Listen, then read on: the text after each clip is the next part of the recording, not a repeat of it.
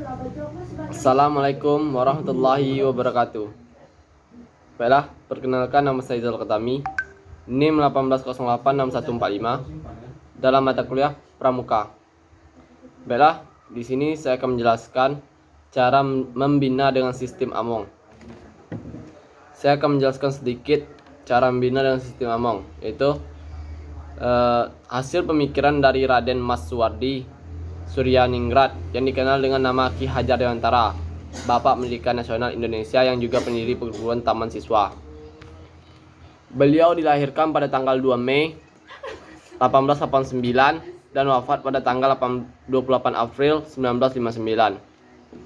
Untuk menang jasanya dalam dunia pendidikan, tanggal 2 Mei ditetapkan sebagai Hari Pendidikan Nasional Indonesia. Pendidikan dalam gerakan pramuka ditinjau dari hubungan antara pembina dengan peserta didik bersindikat sistem Among. Sistem Among berarti mendidik anggota gerakan pramuka menjadi insan yang merdeka jasmani, rohani, dan pikirannya, disertai rasa tanggung jawab dan kesadaran akan pentingnya bermitra dengan orang lain. Sistem Among adalah pendidikan yang dilaksanakan dengan cara memberikan kebebasan kepada peserta didik untuk dapat bergerak dan bertindak secara luasa, dengan sejauh mungkin menghindari unsur-unsur perintah, keharusan, paksaan, sepanjang tidak merugikan baik bagi diri peserta didik maupun bagi masyarakat sekitarnya, dengan maksud untuk menumbuhkan dan mengembangkan rasa percaya pada diri sendiri. Alasan penerapan sistem Among yaitu sasaran proses pendidikan kepramukaan itu ialah mental, fisik, pengetahuan, keterampilan, dan pengalaman peserta didik dalam gerakan pramuka, yang sasaran akhirnya adalah menjadikan para pramuka itu sebagai tenaga kader pembangunannya yang bermoral Pancasila. Sasaran proses pendidikan itu dikatakan tercapai dengan efektif kalau sikap, tingkah laku, dan kegiatan peserta didik merupakan refleksi dari proses pendidikan yang dialaminya.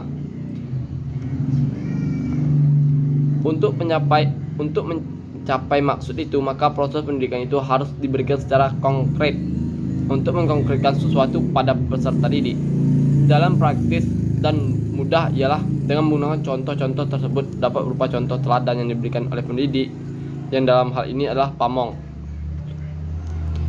Apabila bahan disampaikan kepada peserta didik berupa contoh-contoh yang sangat konkret, maka peserta didik akan mengalami proses melihat, lalu tahu, kemudian mengerti, dan akhirnya paham. Jika keempat proses ini terlaksana, maka peserta didik dapat dikatakan menghayati bahan tersebut. Sistem Among mengharuskan pembina mempunyai sikap tingkah laku yang sesuai dengan yang pertama, yaitu di depan memberi teladan, yang B di tengah-tengah membangun kemauan, yang C di belakang memberi kedorongan. Dalam melaksanakan tugas, pembina harus memelihara sikap baik yang berdasarkan pada rasa cinta, kasih, rasa keadilan, rasa kepantasan, dan rasa kesanggupan berkorban. Yang B, rasa disiplin disertai inisiatif dan rasa tanggung jawab terhadap Tuhan, masyarakat, dan dirinya.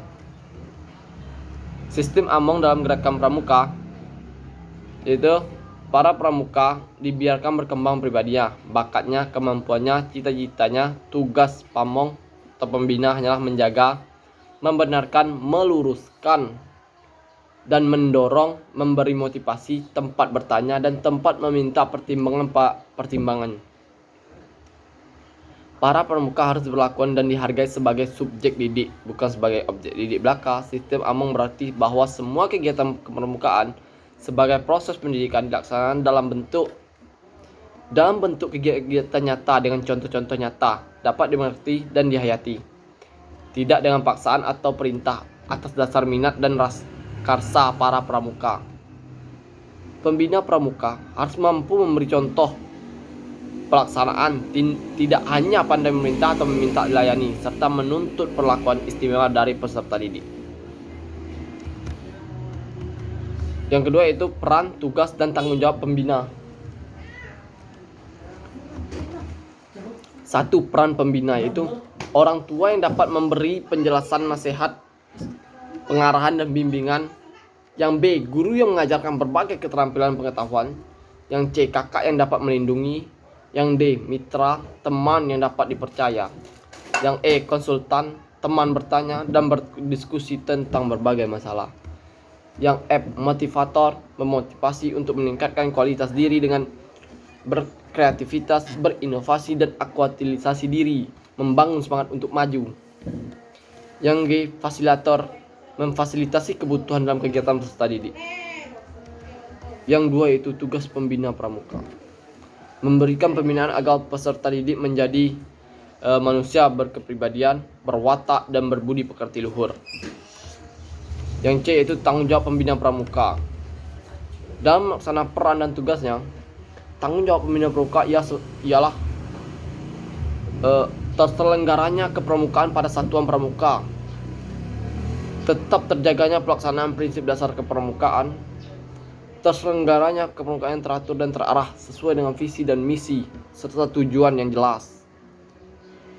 Yang selanjutnya itu terwujudnya peserta didik yang berkepribadian, berwatak, berbudi pekerti luhur, dan sebagai warga negara Republik Indonesia yang berjiwa Pancasila, yang setia dan patuh kepada negara kesatuan Republik Indonesia, serta menjadi anggota masyarakat yang baik dan berguna untuk masyarakat.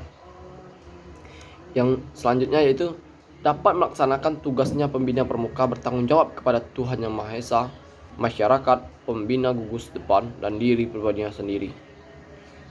Yang ketiga yaitu garis besarnya komunikasi dan bergaul dengan pendidik. Komunikasi yang perlu terhadap peserta didik itu dengan adanya komunikasi yang baik antara pembina dengan peserta didik akan dapat menghilangkan rintangan-rintangan komunikasi, mencegah kesalahpengertian, dan mengembangkan pembentukan sikap. Komunikasi yang baik didukung oleh sikap egaliter atau kesetaraan, sopan dan santun, menepati janji dan saling percaya, tahu caranya berterima kasih, menghargai waktu, bertutur kata yang baik dan jelas, suara maupun makna, tidak ambigius atau mendua arti. Selanjutnya, ramah dan bersahabat, tidak menggurui, tidak merasa paling tahu, tidak merasa paling bisa, dan tidak merasa paling hebat. Memberi kesempatan dan melatih peserta didik untuk berani mengemukakan pendapat. Baiklah, selanjutnya mengelola satuan pramuka. Mengelola satuan pramuka yaitu menggerakkan anggota dalam satuan pramuka untuk mencapai tujuan. Seni mengelola satuan. Pendidikan pramuka merupakan proses pendidikan berkelanjut yang diawali dari kegiatan pramuka siaga, kegiatan pramuka penggalang, dilanjutkan ke kegiatan pramuka penegak sampai dengan berakhirnya pramuka penegak. Baiklah, mungkin itu saja yang dapat saya sampaikan dari materi saya ini. Yang judul itu cara membina sistem Among, dengan sistem Among, itu cuma itu saja yang dapat saya jelaskan. Bila ada kata-kata yang saya yang salah, mohon dimaafkan. Dan saya akhiri, wabillahi taufiq wal hidayah. Wassalamualaikum warahmatullahi wabarakatuh.